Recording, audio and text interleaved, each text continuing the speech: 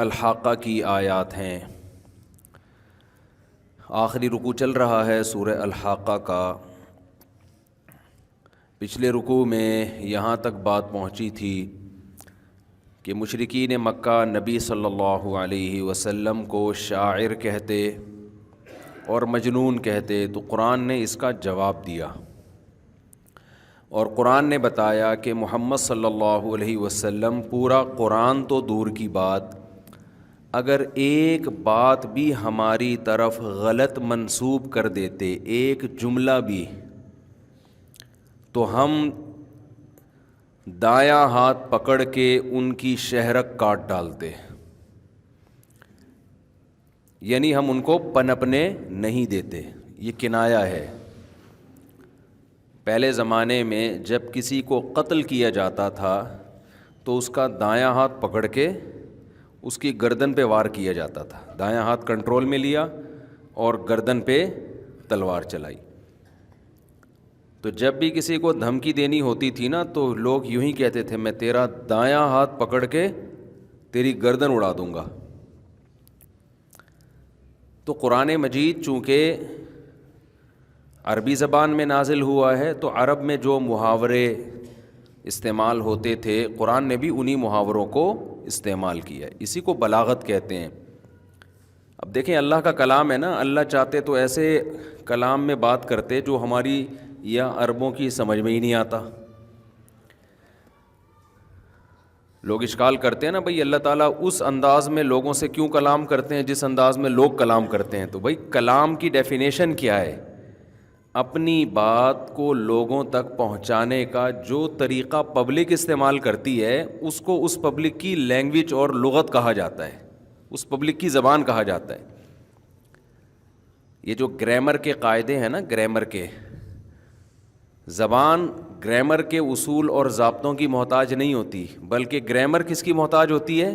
زبان کی محتاج ہوتی ہے۔ تو اللہ تعالیٰ نے قرآن مجید میں وہی انداز اختیار کیا ہے، یعنی وہی عربی میں نازل ہوا نا، تو عربی اسی زبان کو کہیں گے جو لوگ اس وقت بول رہے تھے۔ ہاں یہ ضرور ہے کہ قرآن عربی میں نازل ہوا لیکن بلاغت کے سب سے اعلیٰ معیار پر ہے۔ بلاغت کسے کہتے ہیں؟ بلاغت کہتے ہیں کون الکلامی مطابقا لمقتضی الحال۔ خوب سمجھ لیں اچھی طریقے سے، ان چیزوں کی بھی لوگوں کو سمجھ نہیں ہے، اس لیے بڑے کنفیوز ہوتے ہیں لوگ۔ کسی بھی زبان میں دو خوبیاں جب آپ ڈال دیتے ہیں تو اس سے وہ آپ کی جو زبان ہے وہ بہت اچھی زبان کہلاتی ہے۔ دیکھیں اردو بہت سے لوگ بولتے ہیں، انگلش بہت سے لوگ بولتے ہیں، عربی بہت سے لوگ بولتے ہیں، لیکن کیا سب کا اثر ایک جیسا ہوتا ہے؟ بول لیں اگر نہیں ہوتا تو ہوتا ہے، سب کا اثر الگ ہوتا ہے۔ ایک بندہ وہی بات کرتا ہے اس کا اثر الگ ہوتا ہے، ایک بندہ وہی بات کرتا ہے سمجھ میں نہیں آتا بھائی تو بول کیا رہا ہے، خود بھی سمجھ رہا ہے کہ نہیں سمجھ رہا۔ تو ہم جو کہتے ہیں نا یار یہ بندے کا بات کرنے کا جو طریقہ ہے یہ بڑا اٹریکٹیو ہے، تو کیا خوبی ہوتی ہے زبان میں جس کی وجہ سے اس کے کلام میں اٹریکشن پیدا ہو جاتی ہے؟ کیا خوبی ہوتی ہے؟ یہ موضوع اس لیے ضروری ہے کہ قرآن نے جو دعویٰ کیا ہے نا کہ میرے جیسا کوئی کلام نہیں ہے، اس کا مطلب کیا ہے؟ اس کا مطلب کیا ہے کہ اللہ جیسا، قرآن جیسا کوئی کلام پیش نہیں کر سکتا؟ اس کا مطلب کیا ہے؟ یہ مطلب اس وقت تک سمجھ میں نہیں آئے گا جب تک یہ بات سمجھ میں نہیں آئے گی جو میں بتا رہا ہوں آپ کو۔ قرآن کہتا ہے نا میرے جیسا کوئی کلام نہیں، کیا مطلب؟ اتنی اٹریکشن کسی کلام میں ہو نہیں سکتی جتنی اٹریکشن قرآن میں ہے، یعنی وہی بات کو قرآن کے علاوہ آپ بیان کریں گے اتنی اٹریکشن نہیں ہوگی۔ اللہ نے جس انداز سے بیان کیا وہ بہت ہی اٹریکٹیو ہے، اتنا اٹریکٹیو کہ اس سے زیادہ اٹریکشن کلام میں پیدا کرنا پاسبل ہی نہیں ہے، اور عرب عاجز آ گئے تھے، ہتھیار ڈال دیے تھے انہوں نے۔ تو خوب سمجھ لیں دو چیزیں ہوتی ہیں کسی کلام کو اٹریکٹیو بنانے کے لیے، اور آپ نے اگر بولنا سیکھنا ہے، چاہے انگلش میں ہو اردو میں ہو، آپ کو بھی اپنے کلام میں یہ حسن پیدا کرنا پڑے گا۔ ایک ہے فصاحت اور ایک ہے بلاغت۔ ایک کیا ہے؟ فصیح، اور ایک ہے بلیغ۔ فصاحت کہتے ہیں خلو الکلام عن التعقید اللفظی والمعنوی۔ عربی میں ہو گیا، اب اس کو آسان کر کے بتا رہا ہوں۔ کلام گنجلک سے پاک ہو، نہ لفظی گنجلک، خود گنجلک کا لفظ فصیح نہیں ہے، گنجلک سمجھتے ہیں پیچیدگی، نہ لفظی اعتبار سے اس میں کوئی پیچیدگی ہو، نہ معنوی اعتبار سے۔ معنوی کا کیا مطلب؟ ایسا لفظ استعمال کریں اس کا مطلب سمجھانے کے لیے پھر اس کا ترجمہ کرنا پڑتا ہے۔ جیسے کہ لوگ ایسی زبان میں بات کر رہے ہوتے ہیں نا، آدمی کو مطلب ہی سمجھ میں نہیں آتا، اور وہ شو مار رہے ہوتے ہیں کہ ہماری بڑی اعلیٰ زبان ہے، حالانکہ وہ اعلیٰ نہیں ہے۔ جب آپ ایسے الفاظ استعمال کر رہے ہیں جس کا مطلب سامنے والے کی سمجھ میں نہیں آتا، تو لوگ واہ واہ تو کر لیں گے بڑا پڑھا لکھا ہے، لیکن اس انداز کلام میں اٹریکشن نہیں ہوگی۔ جو بات آپ جو میسج ڈیلیور کرنا چاہ رہے ہیں وہ میسج سامنے والے کی سمجھ میں نہیں آئے گا۔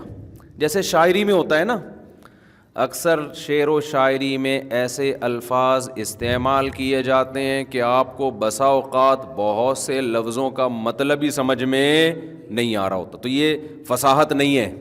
ویڈیو نہیں بنائی ہے، ٹھیک ہے، اچھا ویسے ہی رکھا ہوا ہے، تو یہ فصاحت نہیں ہے۔ اس سے الجھن ہوتی ہے نا انسان کو، بھائی تو کیا کہہ رہا ہے، کہ ایسا مشکل لفظ کیوں لے کر آیا مارکیٹ میں؟ تو معنوی لحاظ سے ایسا نہیں ہونا چاہیے کہ سمجھ میں آ رہا ہے کسی کے نہیں آ رہا۔ تو مشکل زبان استعمال کرنا یہ فصاحت نہیں ہے۔ فصاحت پہلا اسٹیپ ہے، بلاغت اس کے بعد پیدا ہوتی ہے۔ اسی طرح بعض دفعہ لفظ سننے میں بڑا کھردرا سا ہوتا ہے، مطلب تو سمجھ میں آتا ہے لیکن وہ اس کی جو پروننسیشن ہے وہ اتنی مزیدار نہیں ہوتی، کھردرا سا لفظ ہوتا ہے وہ۔ معنوی تاکید میں ایک مثال زبردست جو بلاغت کے ماہرین ہیں وہ دیتے ہیں، لیسا قرب قبر حرب قبر و قبر حرب بمکان قفر۔ آپ کہیں گے یہ کیا بول دیا بھائی؟ بولنے والا یہ بتانا چاہتا تھا کہ حرب کی قبر کے قرب میں کوئی قبر نہیں ہے۔ حرب ایک بندہ ہے، اس کی قبر کے پڑوس میں کوئی قبر نہیں ہے، کیونکہ حرب کی قبر ایک چٹیل میدان میں ہے۔ تو عربی میں چٹیل میدان کو کہتے ہیں قفر، کیا کہتے ہیں؟ اور نزدیک کو کیا کہتے ہیں؟ قرب۔ لیسا کا معنی نہیں، لیسا قربا قبری حرب قبر، حرب کی قبر کے قرب میں کوئی قبر نہیں ہے۔ اب جب آپ یہ بات بولو گے کسی کو، حرب کی قبر کے قرب میں کوئی قبر نہیں ہے، بات تو صحیح ہے، اگلا بولے گا پتہ نہیں کیا کہہ رہے ہیں، مصعب نے کیا فرمایا، کیونکہ بعض لوگوں کی تقریر میں اس طرح کی اضافتیں چل رہی ہوتی ہیں۔ بات بالکل ٹھیک ہے، حرب کی قبر کے قرب میں کوئی قبر نہیں ہے، کیونکہ حرب کی قبر قفر میں ہے، قفر میں ہے نا، چٹیل میدان میں۔ لیسا قرب قبر حرب قبر وقبر حرب بمکان قفر، ٹھیک ہے نا۔ یہ تو میں نے مثال عربی کی دی ہے، اردو میں بھی ایسا ہوتا ہے، اتنا آدمی کو سگنل کو کیچ کرنے میں ٹائم لگتا ہے۔ تو یہ فصاحت نہیں ہے بھائی، اس کو آرام سے آپ کسی طرح سے ایکسپلین کریں، سمجھائیں کہ بندے کی سمجھ میں آئے۔ خاص طور پہ جب یہ لمبی تقریروں میں اس طرح کے کئی جملے آ جائیں گے تو سامنے والا ڈپریشن میں جانا شروع ہو جائے گا، جو کہ آج کل بہت سارے واعظین اور خطیبوں میں ایسا ہو رہا ہے۔ دوسری چیز کیا ہے، لفظی طور پر بھی جو ہے نا، یعنی اس میں وہ نہ ہو، پیچیدگی نہ ہو، اس میں کوئی ایسا چبھتا ایسا لفظ نہ ہو جو سننے میں مزہ نہ آ رہا ہو۔ اور بلاغت کہتے ہیں کون الکلام مطابقا لمقتضی الحال، کہ اس وقت جو کنڈیشن ہے نا، آپ جو سمجھانا چاہ رہے ہیں تو اس وقت کی حالت کیا تقاضا کر رہی ہے کہ کس قسم کا کلام ہونا چاہیے، اس کے حساب سے آپ کلام پیش کریں سامنے والے کے سامنے. مثال کے طور پر ایک آدمی کے سامنے آپ نے یہ دعویٰ کیا، اس کو خبر دی کہ وسیم نے مجھ سے 1,00,000 روپے لیے ہیں. وسیم پتہ نہیں کیوں ہر بیان میں رگڑے میں آ رہا ہے بیچارہ. وسیم نے مجھ سے 1,00,000 روپے لیے ہیں. ایک ہے خبر دے رہے ہیں آپ کسی کو، ان کو بتا رہے ہیں یار ایک وسیم میرا دوست ہے، اس نے مجھ سے 1,00,000 روپے لیے ہیں. ٹھیک ہے بھائی، ایک سینٹنس آپ نے سبجیکٹ ورب آبجیکٹ کے ساتھ پیش کر دیا، آپ نے پاسٹ ماضی کے صیغے لگا دی اس میں. لیکن ایک ایسا شخص ہے کہ جو وسیم کا قریبی رشتہ دار ہے، اس کو پتہ ہے کہ آپ وسیم پر جھوٹی تہمتیں لگا رہے ہو، پورے محلے میں آپ نے مشہور کیا ہوا ہے کہ وسیم نے 1,00,000 روپے لیے ہوئے ہیں. اس کی وجہ سے وسیم بھی ٹینشن میں، اس کے دوست احباب بھی ٹینشن میں، اور آپ کو پتہ ہے میں نے بولا وسیم نے 1,00,000 روپے لیے اور میں پٹا. تو اب یہاں اگر یا تو بولو گے نہیں، بولو گے تو آپ بہت ساری تاکیدیں لگاؤ گے.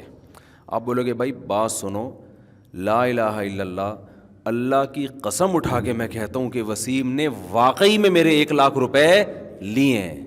تم اس خبر کو جھوٹ، کیونکہ آپ کو پتہ ہے سامنے والا انکار کرے گا. جب انکار کا ڈر ہوتا ہے تو کلام میں تاکیدیں لگائی جاتی ہیں، قسمیں، جس کو عربی میں انا اور لام تاکید. بعض دفعہ کیا ہوتا ہے، آپ جب کوئی خبر کسی کے سامنے پیش کرتے ہیں حصر کے ساتھ پیش کرتے ہیں، یہی ہے، یہی بندہ ہے. کبھی آپ کہتے ہیں یہ بندہ ہے، کبھی کہتے ہیں یہی ہے. خبر کو کبھی پہلے لے آئیں گے، جو خبر دے رہے ہیں اس بندے کا بعد میں تذکرہ. تو یہ کلام میں جو الٹ پلٹ ہوتی ہے نا، یہ جتنی الٹ پلٹ اس کنڈیشن کے لحاظ سے اس کے بالکل مطابق ہوگی، اتنا ہی کلام میں بلاغت پیدا ہوگی. سمجھ میں آ رہی ہے بات کہ نہیں آ رہی ہے؟ آپ نے دیکھا ہوگا لوگ کلام میں مبالغے پیدا کرتے ہیں بہت زیادہ، اس کا حقیقت سے تعلق نہیں ہوتا.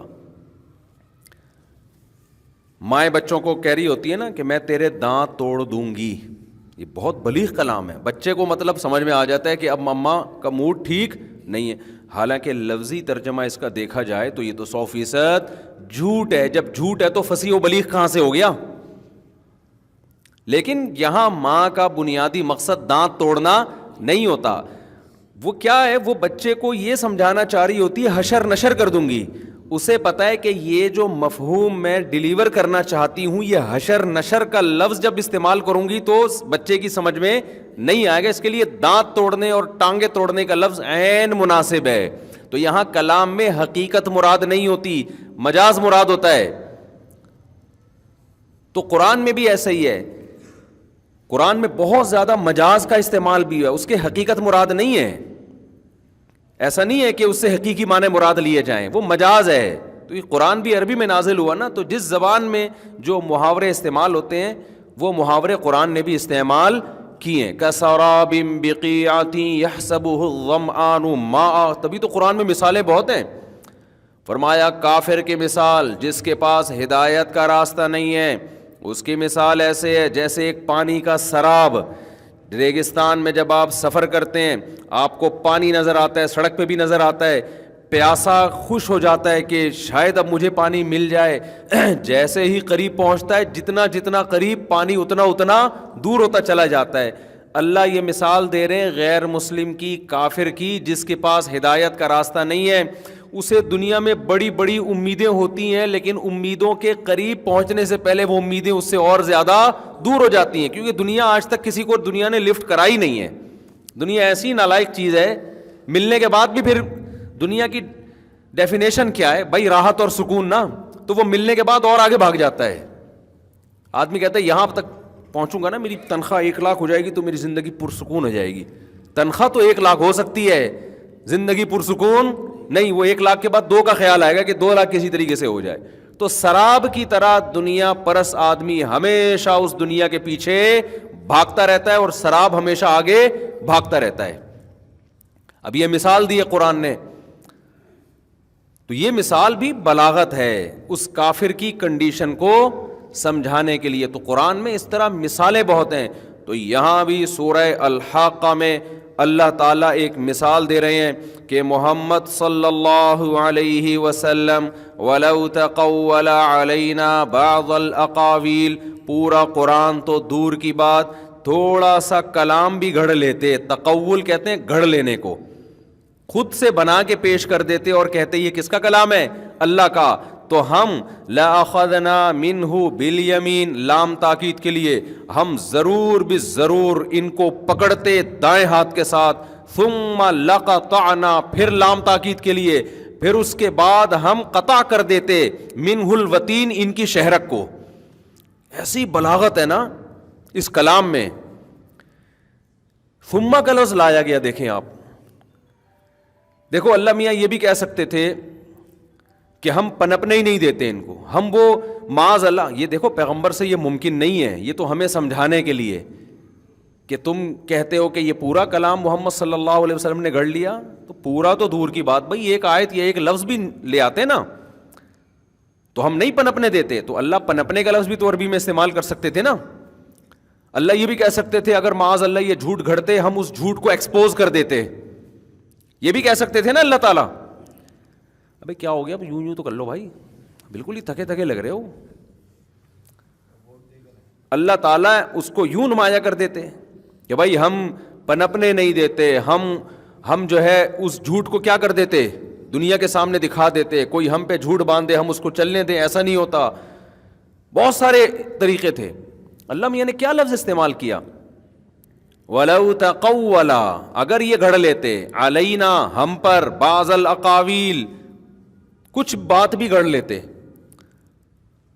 لَأَخَذْنَا، اب دیکھو کیسے اسٹیپ سے قرآن بیان کر رہا ہے۔ چلے اللہ میاں یوں کہہ دیتے کہ ہم ان کو قتل کر دیتے، زمین میں پنپنے نہیں دیتے، قتل کر دیتے۔ اللہ میاں نے قتل کا بھی اسٹیپ بائی اسٹیپ بیان کیا ہے کہ ایسے نہیں قتل کرتے، ہم کیا کرتے، لَأَخَذْنَا، ہم ضرور پکڑتے ان کو، بِالْيَمِينِ، دائیں ہاتھ سے، کیونکہ پاور کس ہاتھ میں ہوتی ہے؟ دائیں میں۔ انسان جب اپنے آپ کو بچاتا ہے لیفٹ ہینڈ سے بچانے کی اتنی کوشش نہیں کر سکتا جتنی رائٹ ہینڈ سے۔ اللہ کہتے ہیں ہم رائٹ ہینڈ کو پہلے پکڑتے ہم، تاکہ بچ کے کہیں بھی نہ جا سکیں۔ ثم، ہونا یہ چاہیے کہ جب بھی کسی کو قتل کرنے کے لیے آپ دائیں ہاتھ سے پکڑتے ہیں تو پکڑنے کے بعد گردن پہ وار کرنے کے لیے ٹائم دیتے ہیں کیا؟ اس کو فوراً قتل کرتے ہیں۔ ہونا یہ چاہیے تھا فَأَخَذْنَا فَقَطَعْنَا، پھر ہم فوراً کیا کر دیتے؟ گردن پہ وار کرتے نا۔ ثم کا لفظ ہے، ثم تراخی کے لیے آتا ہے۔ تراخی پتہ ہے کسے کہتے ہیں؟ تراخی کہتے ہیں کوئی کام لیٹ ہو، جیسے اگر کوئی شخص کہتا ہے جاءنی زیدن، میرے پاس زید آیا، فعمرن، پھر عمر آیا، تو مطلب فوراً آ گیا۔ لیکن اگر ہم کہتے ہیں جاءنی زیدن، میرے پاس زید آیا، ثم عمرن، ثم کا مطلب فوراً نہیں آیا، تھوڑا دیر سے آیا۔ یہاں اللہ تعالیٰ کیا فرما رہے ہیں؟ ہم دایاں ہاتھ پکڑتے، ثم، پھر اس کے بعد، گویا لفظ سے یہ پتہ چل رہا ہے تھوڑی دیر کے بعد ہم کیا کرتے؟ شہرک کاٹ ڈالتے۔ تو اے اللہ جب کوئی کسی کو قتل کرتا ہے تو اتنا ٹائم نہیں لیتا۔ اصل میں یہاں اس کو کہتے ہیں ثم، یہ جو تراخی کے لیے ہے نا، یہ بیان میں تراخی کے لیے ہے۔ بیان کا مطلب یہ ہے کہ جب کسی چیز کو بڑے اہتمام سے بیان کیا جاتا ہے تو ایک سینٹنس کہنے کے بعد انسان تھوڑی دیر صبر کرتا ہے، رکتا ہے، تاکہ پہلے والے جملے کا مفہوم اچھی طرح آپ کی کھوپڑی شریف میں بیٹھ جائے، اس کا مطلب سمجھ میں آ جائے۔ پھر وہ کہتا ہے ٹھہرو ذرا، میں اس کے بعد اب تمہیں دوسری بات بتاتا ہوں کہ اگلا اسٹیپ میرا کیا ہوگا۔ یہ دونوں کام ہوتے تو کنٹینیو ہیں فوراً، لیکن سامنے والے کے دماغ میں بٹھانے کے لیے کہ ہم تمہیں رک کے یہ جملہ بتائیں گے، کیونکہ ایک ایک سینٹنس کی ہماری نظر میں ویلیو ہے، ایسا نہ ہو دونوں سینٹنس کو ملا کے تم سمجھو ایک ہی جملے میں اللہ نے یہ بات کہہ دی ہے۔ بہت مشکل ہے بھائی بات سمجھانا۔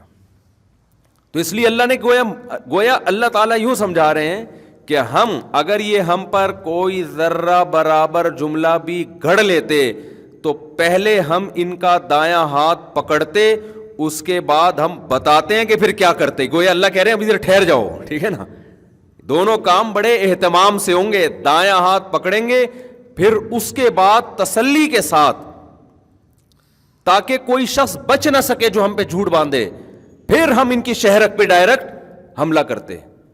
تو یہ سب بلاغت ہے سمجھانے کے لیے کہ یہ ہو ہی نہیں سکتا کہ محمد صلی اللہ علیہ وسلم ہم پر جھوٹ باندھیں اور ہم آپ کو اتنے آرام سے چھوڑ دیں, اور بدر میں بھی فتوحات دیں, احد میں شکست کے بعد پھر دوبارہ فتوحات دے دیں, پھر خندق میں بھی فتوحات ملیں, پھر اس کے بعد مکہ بھی فتح ہو, پھر مکہ فتح ہونے کے بعد اسلامی فوجیں دنیا میں پھیلنا شروع ہو جائیں اور جناب بڑی بڑی خلافتیں قائم ہو جائیں. یہ سب نہیں ہوتا.